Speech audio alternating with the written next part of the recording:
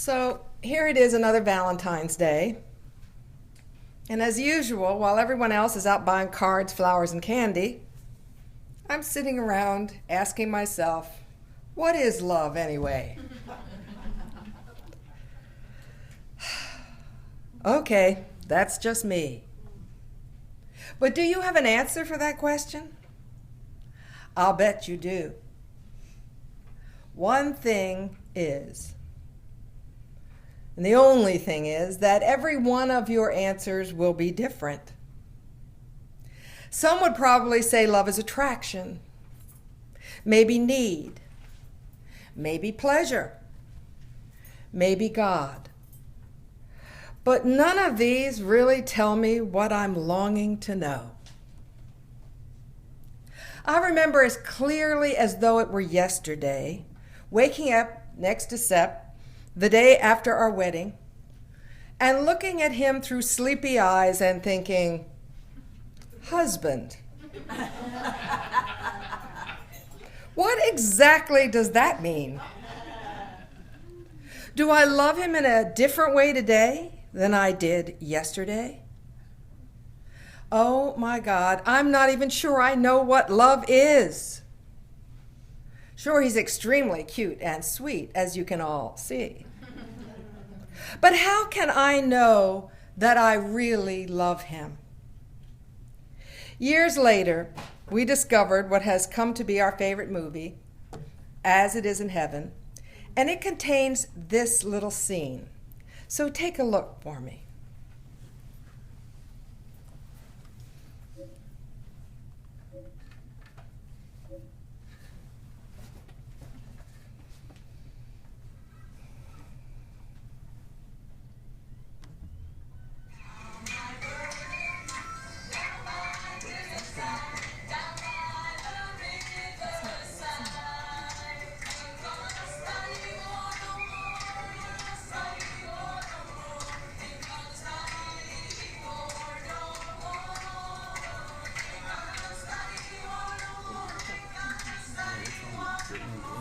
Just a second.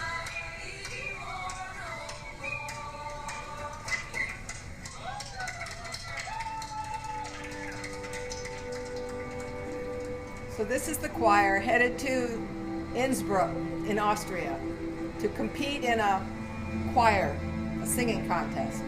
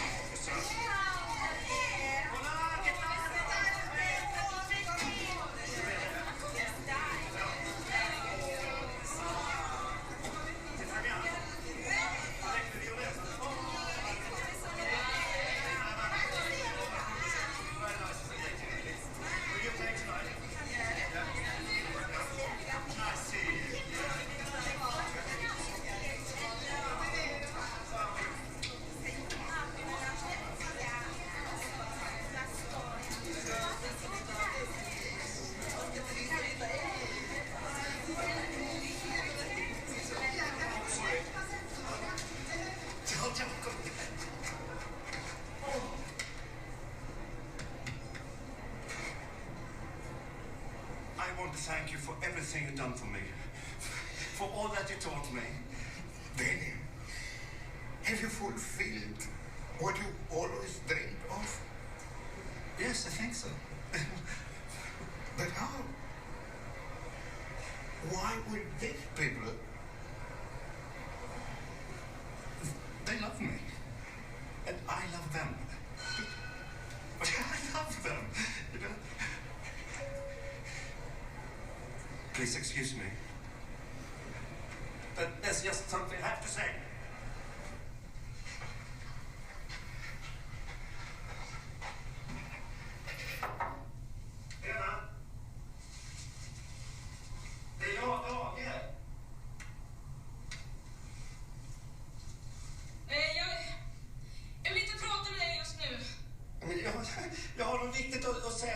något som du har sagt till mig som måste förklara? Det är bråttom, det är väldigt bråttom. Jag måste säga det här nu.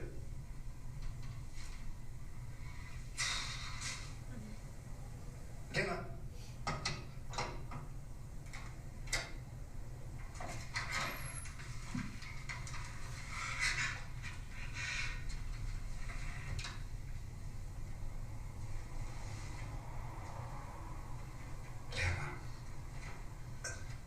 När man tycker om någon, jag vet att man älskar den.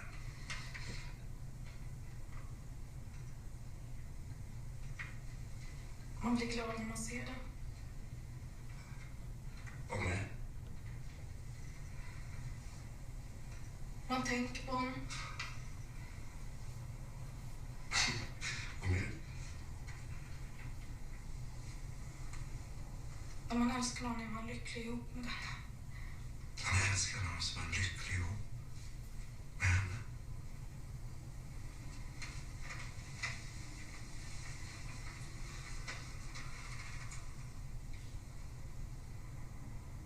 Det enda jag kan säga det nu. Säg. Jag älskar dig.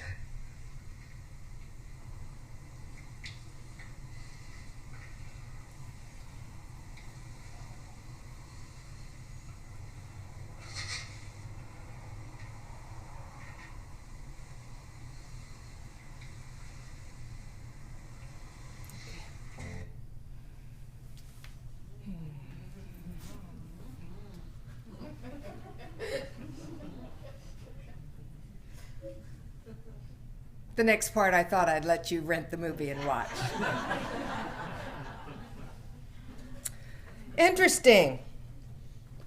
It almost seems too simple, doesn't it? You're happy when you see someone.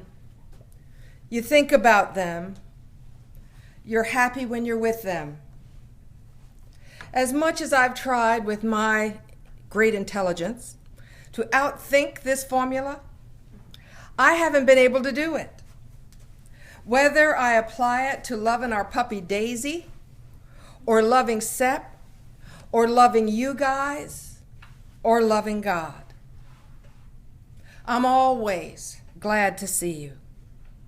I think about you a lot, and I feel happy when I'm connected with you. Sepp and I have often told the story of our dating conversation about why we should get married. And that what came up for both of us was that we wanted to get married to learn to love. We sensed that commitment was important, a sort of closing of the back door, a promise to stay even when it was hard to stay. At the time, I thought we were talking about staying in the marriage. Now I realize that staying in all our relationships is much more than that. It's staying connected and not withdrawing into a shell when hurt or angry or uncertain. I've always remembered this moment with fondness, but this Valentine's Day I'm wondering, were we mentalizing love by calling it something we needed to learn? In hindsight, I'm thinking it was really love at first sight for us. Now, when I say love at first sight, I'm not talking about that emotionally swept away feeling that's usually depicted as love in the movies. Making big life decisions based on that swept away feeling has not worked out real well for me. How about you? No, I think it was more that we recognized each other in the moment we met. Recognition. It was more like namaste. My spirit recognized Sepp and was drawn to the beauty within him.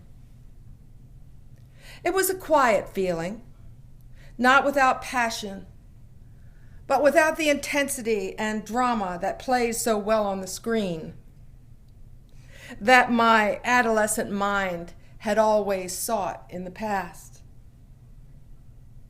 What was this? Was this true love? Mark Nepo in today's pages says that first sight can happen again and again. All relationships go through hard times. Yet whenever we're able to drop all we think we know about our friend, spouse, child, or lover, and see them with fresh new eyes, the love so present at the beginning shines through.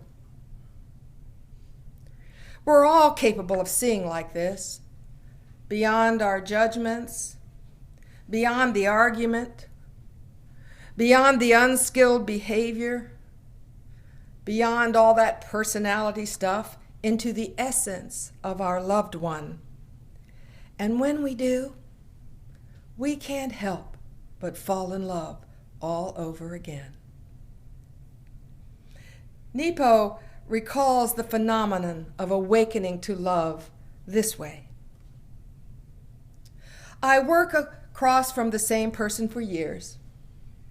And one day, perhaps because my own suffering has opened my heart more fully, perhaps because the light is falling across his face in a certain way, I can for the first time truly see who he is and feel my love for him. I walk by that same willow tree season after season, and one day, because of the sheets of soft after rain and the lowness of the wind, I can see it like never before and feel my oneness with it. I look in the mirror late at night after seeing myself hundreds of times and see the willow and the light and the humanity in my own tired face. And I feel my heart open with the most intense love and compassion. You know what he's saying. You've had those moments when suddenly you look up and you see your loved one not as part of you, but as an individual, independent person living in an internal world you will never fully understand. A smile, a look of intense concentration, a furrowed brow, and your heart melts. And you see again for the first time. And the love you feel is so intense you can hardly breathe. And this moment of pure being, lasts until the mind starts up again. Noticing something unattractive, recounting the trash that wasn't taken out, or the argument from yesterday, and instantly the magic passes. Is the rawness of such unadulterated adoration just too much for us? Are we afraid of getting lost in it? Are we afraid we are losing our minds? Well, let's just pray we do. Because what stands between us is a buildup of thoughts, judgments, reactions, and self-criticism. When we feel that sense of separation with a loved one, we think it's because of something that one of us has either done or not done, said or not said. We think we desperately need something from the other that we lack. We have expectations that haven't been met. Okay, we've all been there. But do we fully realize the price? Do we realize that the moment we drop all those thoughts of lack and longing and see the present moment, here and now eyes, the love that the other is and who we are comes rushing back into awareness. See, it was never gone. It's just that our eyes had become cloudy and our hearts had built up a little crust around them. Want to figure out all the problems between you? Good luck with that. The list of complaints you have, well, he or she has one too. But love? Well, love sees right past the list. Love understands the humanity that drives us all into strange places and strange behaviors from time to time. Love doesn't take these lapses too seriously or too personally. See, these misunderstandings, these arguments and dramas, perhaps they're nothing more than pressure valves through which we let off the built-up pain we've accumulated in this walk through life. Would we do better to just shake it off rather than try so hard to talk it out? We talk for deeper understanding of the other, but I'm learning that love is not dependent on understanding. Oh my God. What a huge revelation. Love is free, so beautifully free. But with that freedom comes responsibility for our own happiness. In retrospect, what Sepp and I were talking about all those years ago was a desire to drop the codependency of our past so that the love that we are could show up. Finally, we were on the verge of wisdom, the verge of getting it, that relationship is not about getting the love we so desperately need. Relationship is a playground for letting go of our emotional baggage and growing into the ability to show up as the love that we are. The sense of separation we feel when we just don't understand can only be healed through our relationship with the divine, that creator God outside of us and that divinity within us. Truly, we are whole and complete of ourselves. The joy of love at first sight is the reward we get for staying awake, for seeing past appearances into the truth. It's not something to be learned or gotten because it's always there. We just need to step out of the fog. And we do this by letting go of the stuff that's causing the clouds and the crust. Letting go is so powerful. Many of you have had experiences like the one my friend Steve had. He and his wife Joanne had decided to divorce and were in the midst of negotiating a property settlement. Now, there were actually very few possessions, household possessions, that Steve really wanted or cared about. But there was this one statuette that they had bought on vacation that he just loved. It reminded him of all the good times. He had asked Joanne several times to give it to him, and she had refused, saying that it just meant too much to her also. This small thing had become the bone of contention between them. Stephen just could not understand why Joanne would withhold agreement on this small matter when he had given so much, and he was hurt. And that hurt he was feeling in the moment bought up all the hurt of their marriage. And so he dug in his heels. But Steve is a member of a Unity church. And he went there and he talked to his friends and he saw that it was the power of letting go that could change this situation.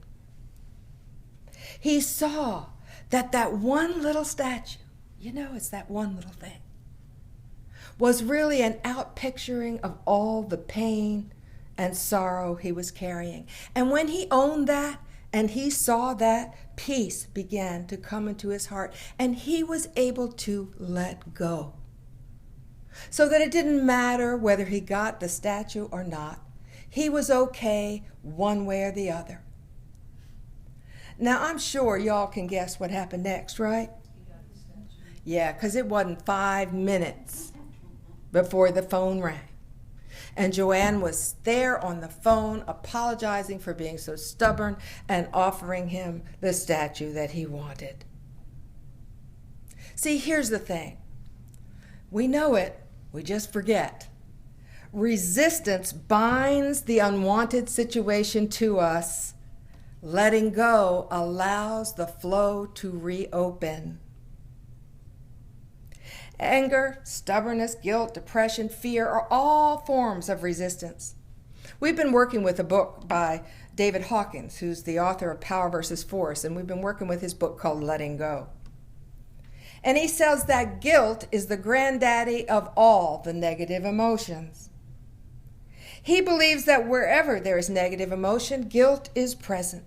It has to be, he says, because our soul knows that our true nature is love, and when we don't show up that way, we're not being true to ourselves. And there's pain there. Guilt may be a subtle feeling for a lot of us, but it has manifesting power. Think about this for a moment. Suppose you're running late for a lunch date and feeling really guilty about keeping your friend waiting.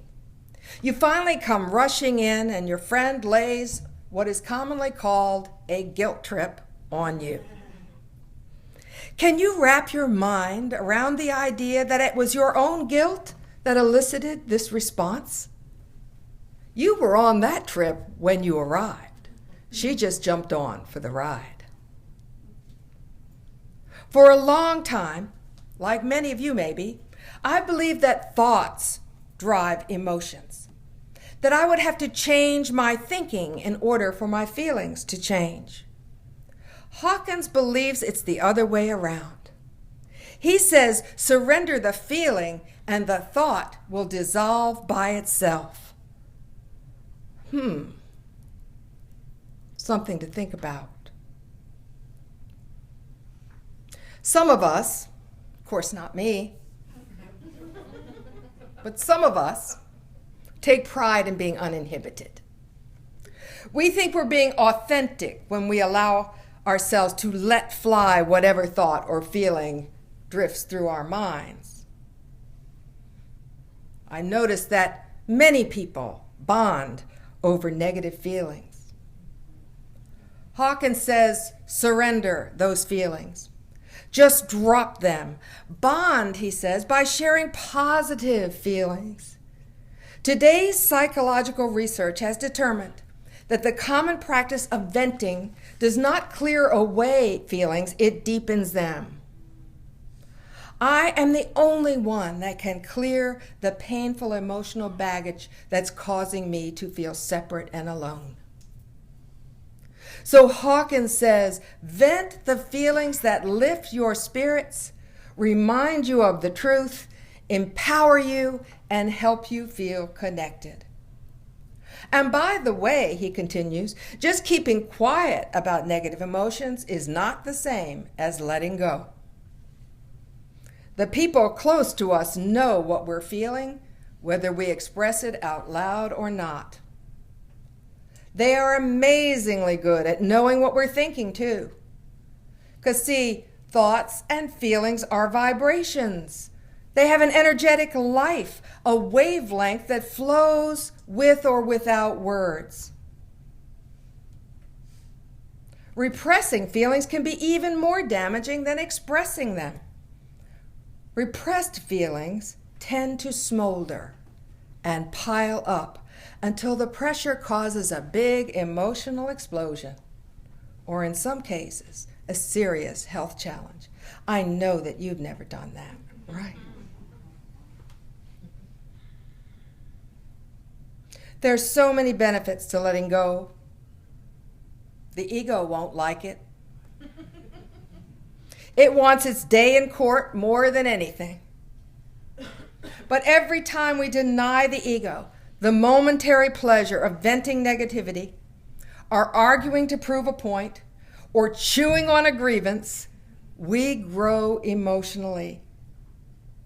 I know it's hard to rein this in at first, but if we persist, it won't be long before we notice how good it feels to be back in balance, able to think creatively, able to solve problems that may have plagued us for years.